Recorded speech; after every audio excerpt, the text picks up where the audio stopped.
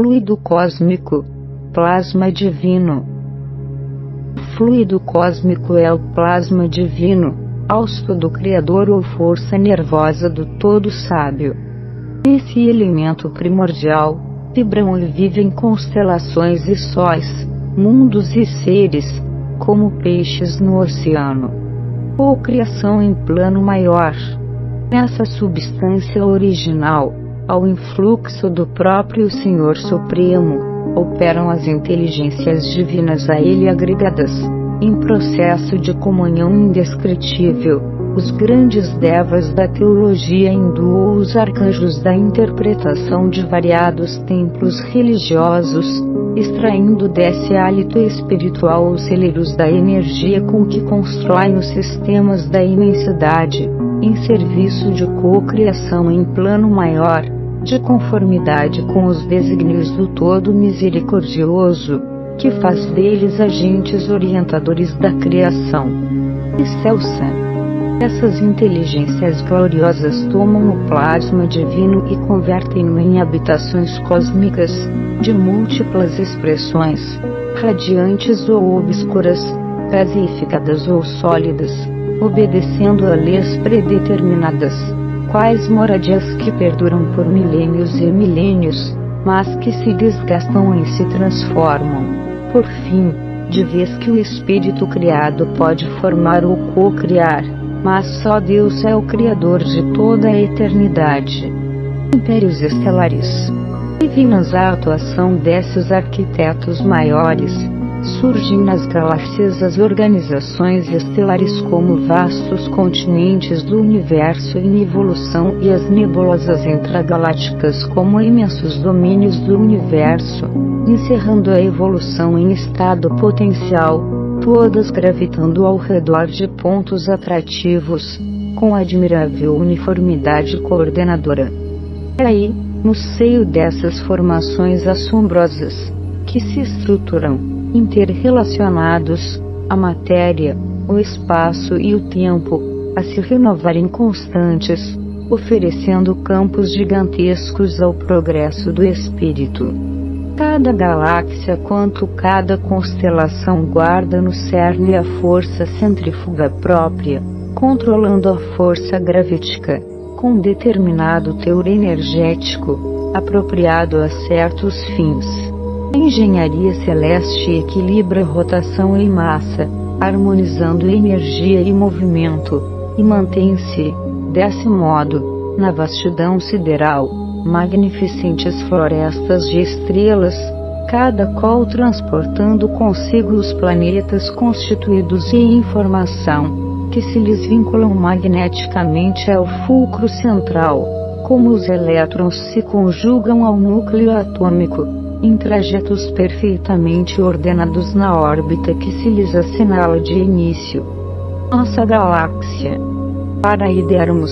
de algum modo, a grandeza inconcebível da criação, comparemos a nossa galáxia à grande cidade, perdida entre incontáveis grandes cidades de um país cuja extensão não conseguimos prever. Tomando o Sol e os mundos nossos vizinhos como apartamentos de nosso edifício, reconheceremos que em derredor repontam outros edifícios em todas as direções. Acessando instrumentos de longo alcance da nossa sala de estudo, perceberemos que nossa casa não é a mais humilde, mas que inúmeras outras lhe superam as expressões de magnitude e beleza. Aprendemos que, além de nossa edificação, salientam-se palácios e arranha-céus como Betelgeuse, no distrito de Orion, Canopus, na região do navio, Arcturus, no conjunto do Boeiro, Antares, no centro do Escorpião, e outras muitas residências senhoriais,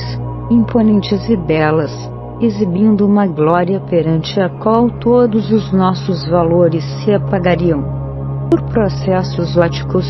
verificamos que a nossa cidade apresenta uma forma espiralada e que a onda de rádio, avançando com a velocidade da luz, gasta 1000 séculos terrenos para percorrer-lhe o diâmetro.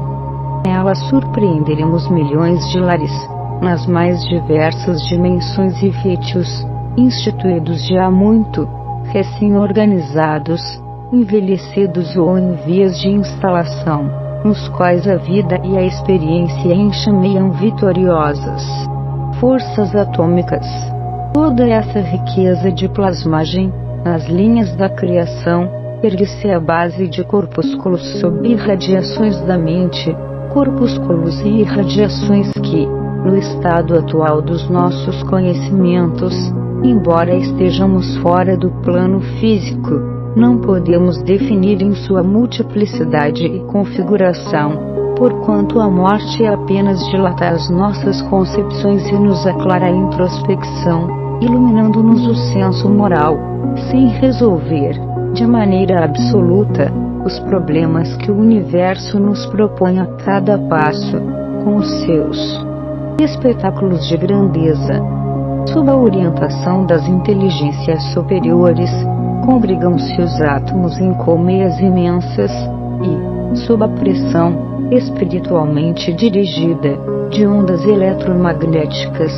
são controladamente reduzidas às áreas espaciais intraatômicas,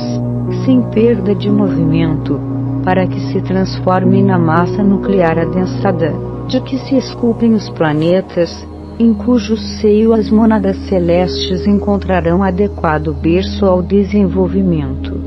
Semelhantes mundos servem à finalidade a que se destinam, por longas eras consagrados à evolução do espírito, até que, pela sobrepressão sistemática, sofram o colapso atômico pelo qual se transmutam em astros cadaverizados.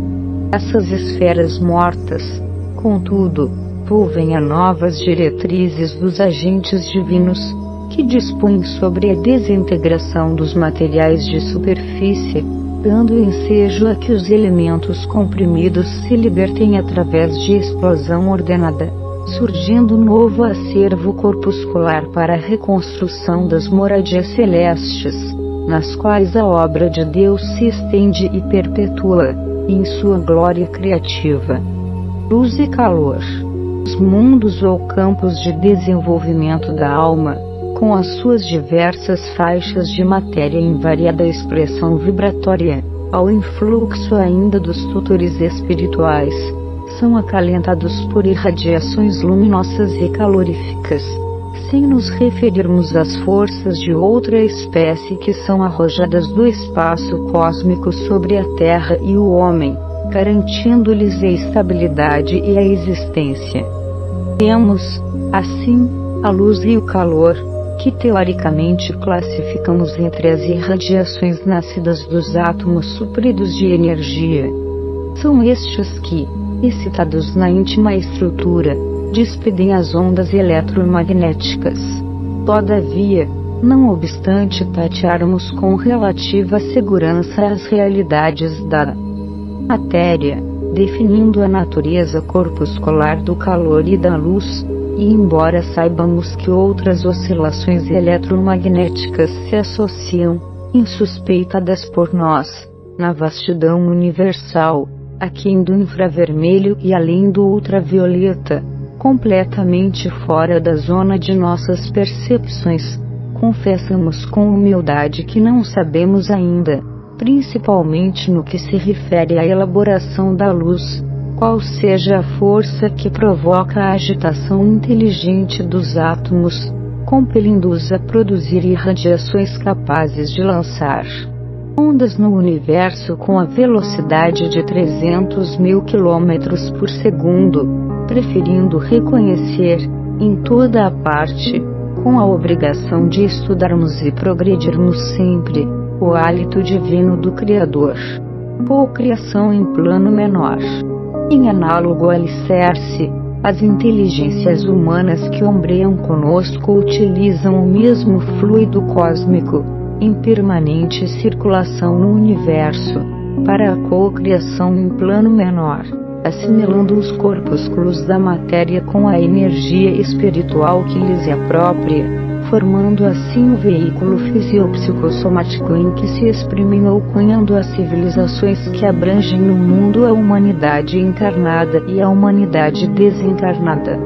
Dentro das mesmas bases, plasmam também os lugares entenebrecidos pela purgação infernal, gerados pelas mentes desequilibradas ou criminosas nos círculos inferiores e abismais, e que valem por aglutinações de duração breve, no microcosmo em que estagiam, sob o mesmo princípio de comando mental com que as inteligências maiores modelam as edificações macrocósmicas,